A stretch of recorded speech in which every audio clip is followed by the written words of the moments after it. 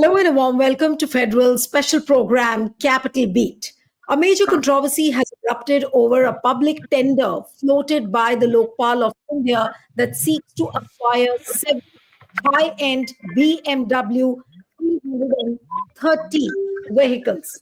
Now, the notice inviting tender dated October 16th has sparked outrage over the procurement of the luxury cars by the country's anti-corruption ombudsman. Now, if you look at the notice very carefully, it reads that the Lokpal of India invites open tenders from reputed agencies for the supply of seven BMW 3 Series. It mentions that the start date for bid submission was October 17th, while the end date for bid submission is November 6th at 3 p.m. And the evaluation process is set to begin on November 7th. But because of this tender, there is a huge backlash on the social media.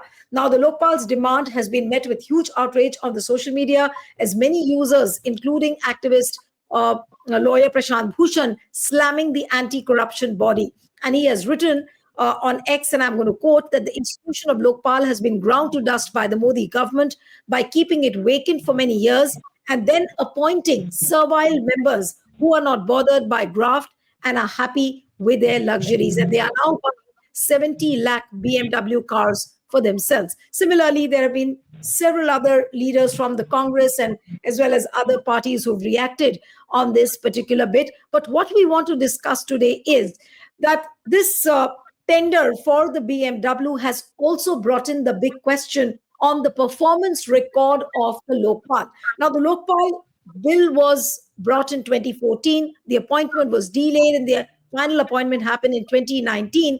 And from 2019 to 2025, if you look at, the performance has been dismal. There have been more than 8,000 cases, but the delivery record has been abysmal. So we'll try and discuss as to do we really need a Lokpal? Is it a redundant body? And what can one say about the institution per se during the Modi regime? Joining me this evening is a very special person, social activist, Nikhil Dey, who has worked for the Lokpal bill. He has also worked for right to food, right to information. He's been involved with several social movements. Thank you so much, Nikhil Dey, for joining on the Federal. And my first question to you is that what would you really say to the tender for the BMW, which has been floated from the office of the Lokpal? Yeah, so it's really only a trigger. I mean, obviously, a body that has not performed very well, even the Parliamentary Standing Committee has said that its performance has not been good. Activists around the country have said its performance has not been good, and the Lokpal itself, I don't think would have very much to say in terms of really having caught corruption, prosecuted people.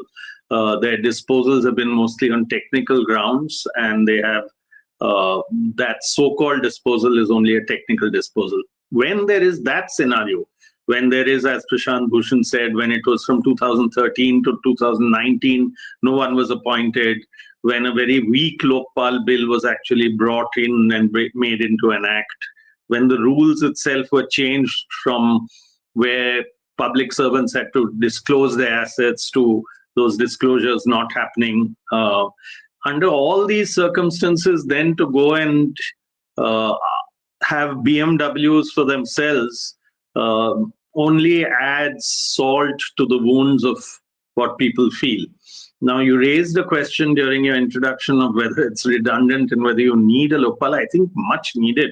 There's no question about it. That's why right across the country there was such a voice for it, and it is needed in terms of political corruption and corruption of public servants in high places.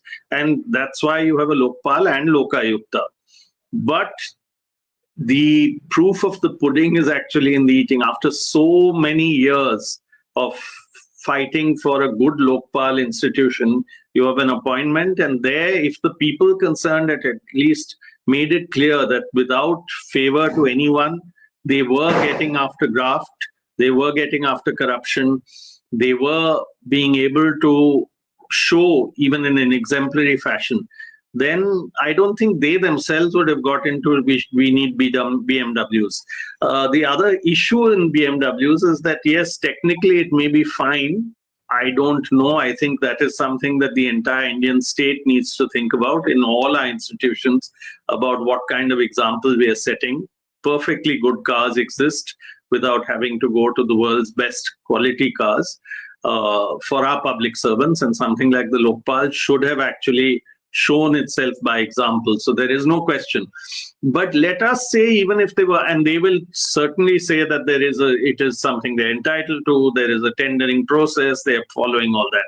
But let us say they were doing something that they couldn't.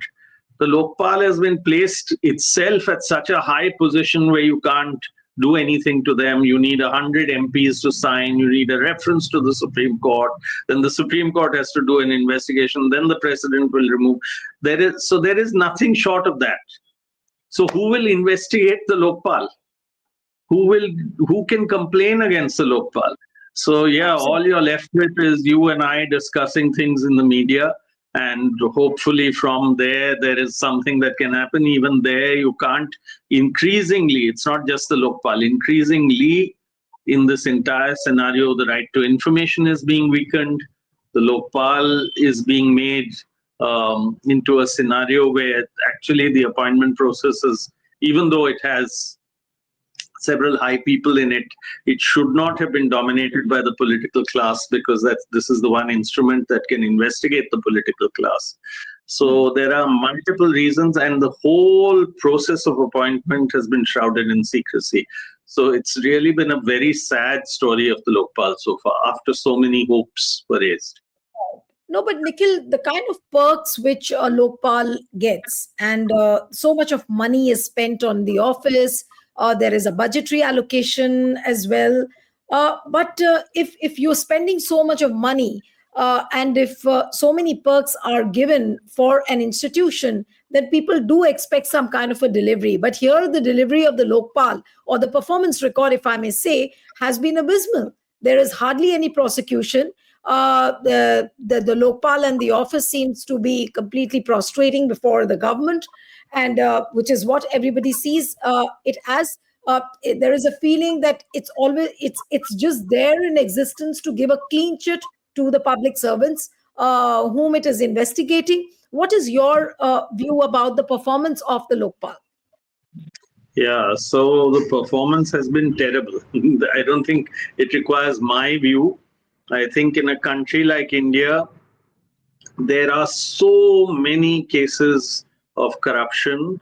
There are so many cases where, I mean, today, if you look at the record of the Lokpal in terms of prosecution, you would say that there is no corruption in India.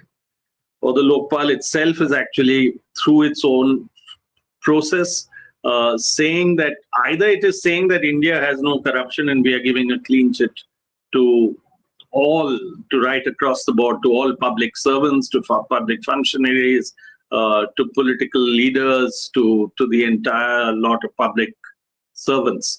And if not, then it has not performed. It has failed to be able to. Worst of all today, actually, for some of us as activists, is that there is no feeling that you can take a particular case to the Lokpal and get a fair investigation done. So, which is why, let us say, after the electoral bonds case, people went to the Supreme Court asking for a special investigation. After, I mean, in the whole case of SEBI, in the whole case of what took place, the big high-profile cases, which you would expect a Lokpal with so many high functionaries. I mean, this whole idea of having BMWs is you're the highest of the high. So if you're the highest of the high in that respect of getting BMWs, you should also be the people who can get after everyone and make sure everything is properly done. And there is no sense of hope, even, leave alone faith. There is no sense of hope in anyone in the activist community or in the communities or the sets of people who are likely to take complaints. And a lot of the complaints have actually been dismissed, or they've been dismissed, but it's called disposed of. because they were not in the right format, or because the Lokpal felt it was not in the right format. There again, actually, the point of the Lokpal should be, and the effort of the Lokpal should be, to try and assist, to make sure that someone who is making an effort to complain is assisted so that their complaint comes into the right format, if that format is so important. So, in every way, a body that should be proactive, that should be out to show us that it can do its best, that should be out there to show that the people of India it's supporting by making sure things don't go wrong in terms of corruption and graft in a country like India, which is so badly ranked, worse and worse ranked, for instance, in Transparency International, in various places, and where people themselves, both in perception and in knowledge, know that there is so much graft going on. So yeah, its performance is something, and the Standing Committee of Parliament has also said that its performance is a bit much. So even there, it has been taken to task, or there has been a statement which is like an evaluation. But again, the problem with these bodies are, what can you do? The performance, all you can do is you and I can talk about it. But Right. they are a group that's supposed to make sure that government runs clean, efficiently, and transparently. Basically, the aims and the objectives with which the Lokpal was brought in, they were quite lofty, but the return of investment, it seems, is almost abysmally, one could call it, is almost like a zero. There's hardly any prosecution happening. Yeah. So return on investment is still, I mean, I think in a country like India, it's not the quantum of money that you spend on BMWs on their budgets are like 33 crores a year or 43 crores a year this last year. You in one particular case, that thousands of crores they could save. It's not a return on investment in terms of the money. It's a return on investment in terms of the faith and the need for that institution. You need that institution. You need it to perform. You have 8 members there. You have the highest level of members. You need it to be able to show that is the return that we are losing. And therefore, the reason this BMW argument has been picked up now is because it's done nothing. So suddenly people are saying, why are you going around in fancy cars when you're doing nothing? But actually, of course, they should not have got BMWs regardless, because that's a moral high ground at least they would have had, that they would have said, yes, maybe we could have had, but we don't want to go around in BMWs. We'll go around in. But there is another justification which says that, look, the Chief Justice of India is entitled to a Mercedes. The other Supreme Court judges can get BMW. So Justice Khanvilkar, who's a Lokpal, he was also a former Supreme Court judge. So why not, or why can't he float tenders for BMW? That is the argument also which comes across. But do you see this as a brazen display of extravagance, which almost undermines the mission of Lokpal? Yeah, so I wouldn't call it a brazen display of extravagance. I would call it worse. I would call it actually a losing an opportunity to lose the high moral ground. And that comes with a combination of both things. I mean, today we can evaluate. That's why I'm saying that brazen display of extravagance. I personally would completely say even Supreme Court judges should not have Mercedes and BMWs, but that is part of a national debate. But because someone has it now, everyone down the line says that, okay, I've also been so there are many retired judges who have gone into many positions. Tomorrow, all of them will then say that we want the same standard. But I would say that the bigger problem is that the Lokpal should have led by example. It should have actually said we are dealing with something in a country like India where there are so many deprived and poor people. We are dealing with trying to save the money of the public exchequer. We are trying to make sure that those who have misused that money or taken it or pocketed it does not happen. And therefore, yes, they have enough of a budget to be able to run efficiently. That's the point. The message they are giving here is that we are here to enjoy these perks and not actually deliver. That's their message. What is the remedy? Right. But Nikhil, what according to you is the remedy? And as you yourself asked, that who holds the Lokpal accountable. Now, if he's doing nothing, if a student gets a zero in maths or in any other subject, he's given a red mark on the report card. Now, what about the report card of a Lokpal? How can he be Yeah. judged? Performance can be judged. What is the way out then?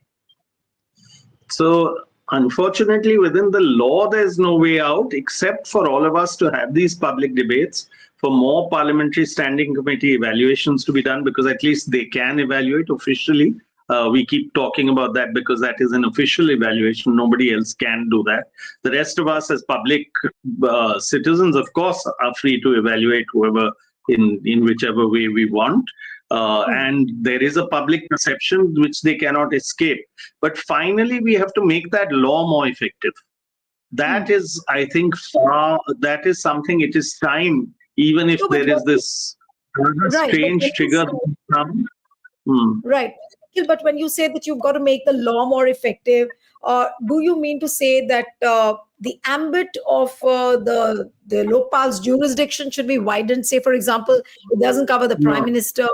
So in terms of that, Right. It does cover the prime minister, not as well as it should. And there were many discussions about what needs to be happened. I don't actually, it's not just the law. It is the law in terms of the rules. It is in terms of the regulations that they are. We should really put a lot of pressure on them, saying of all the thousands of complaints that you have received, how many of you dismissed on technical grounds? Why have you done that? Those are within your power to be able to assist.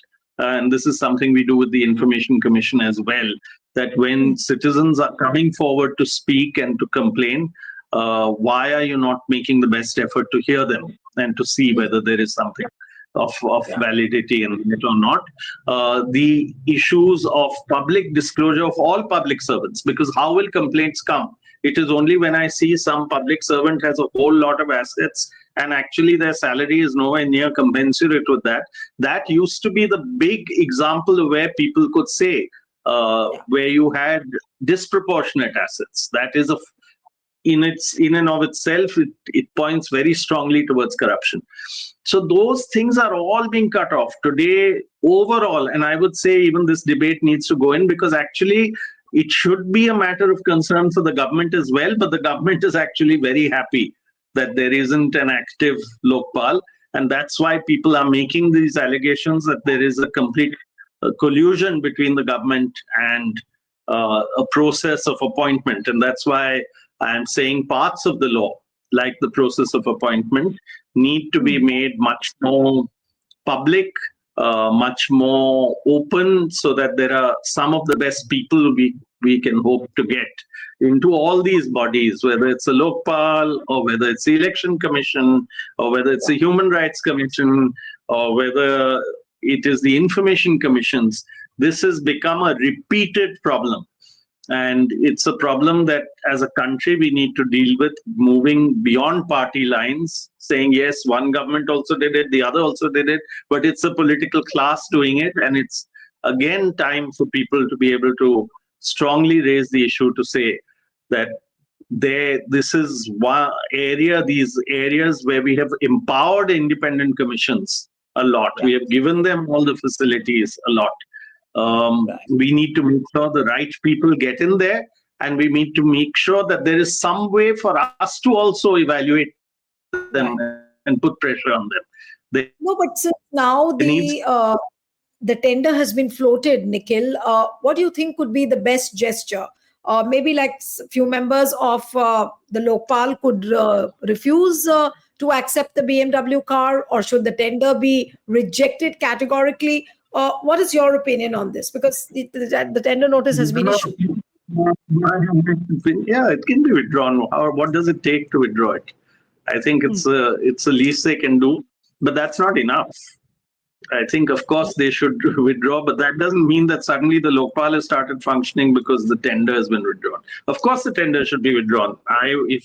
If one would say that they again they would say that, yes, they could say that this is something that was in the provisions, but we are happy actually not to have it. But I would say the bigger debate that we need to have and the bigger discussion we need to have is to make the body functional, to make sure that they are actually coming out proactively, reaching out to people, saying, please bring complaints, we will act on them, we will show you that we will do it so without fear or favor anywhere, and that the highest in the land to wherever it is, that is where the Lokpal will really show its worth. This tender, yes, of course, if you were to ask me, it should be withdrawn. And so what if a tender has been issued? That's not like some Supreme Court order. Right. So what you're saying, I mean, and what we've been discussing for the last 20 minutes is that BMW couldn't be a big issue, but the spotlight has come on Lokpal only because he hasn't performed. So now, if the government doesn't do anything about it, the Lokpal himself doesn't seem to be doing anything about it. So how will the accountability be set as far as the Lokpal is concerned then? So it's a very big question. You and I don't have an answer actually in a 20-minute show. As an activist, all my life and my working life and all of us have been trying to look at these issues in terms of really public mobilization, raising issues within Parliament, saying that these are the kinds of performances. Having that standing committee report means something more because it's come from a very legitimate body, and saying that absolutely there must be some form of evaluation of some of these bodies. If there isn't evaluation of how they deal with them, that is at least for the future, and that's where there has to be a way. You cannot make someone so powerful, supposedly, and independent if you cannot hold them to account. And they are accountable to the people, even if they are not accountable to the executive. Yeah, so we'll have to end it here. Thank you so much, Nikhil, for joining on The Federal. Thank you. Thanks so much.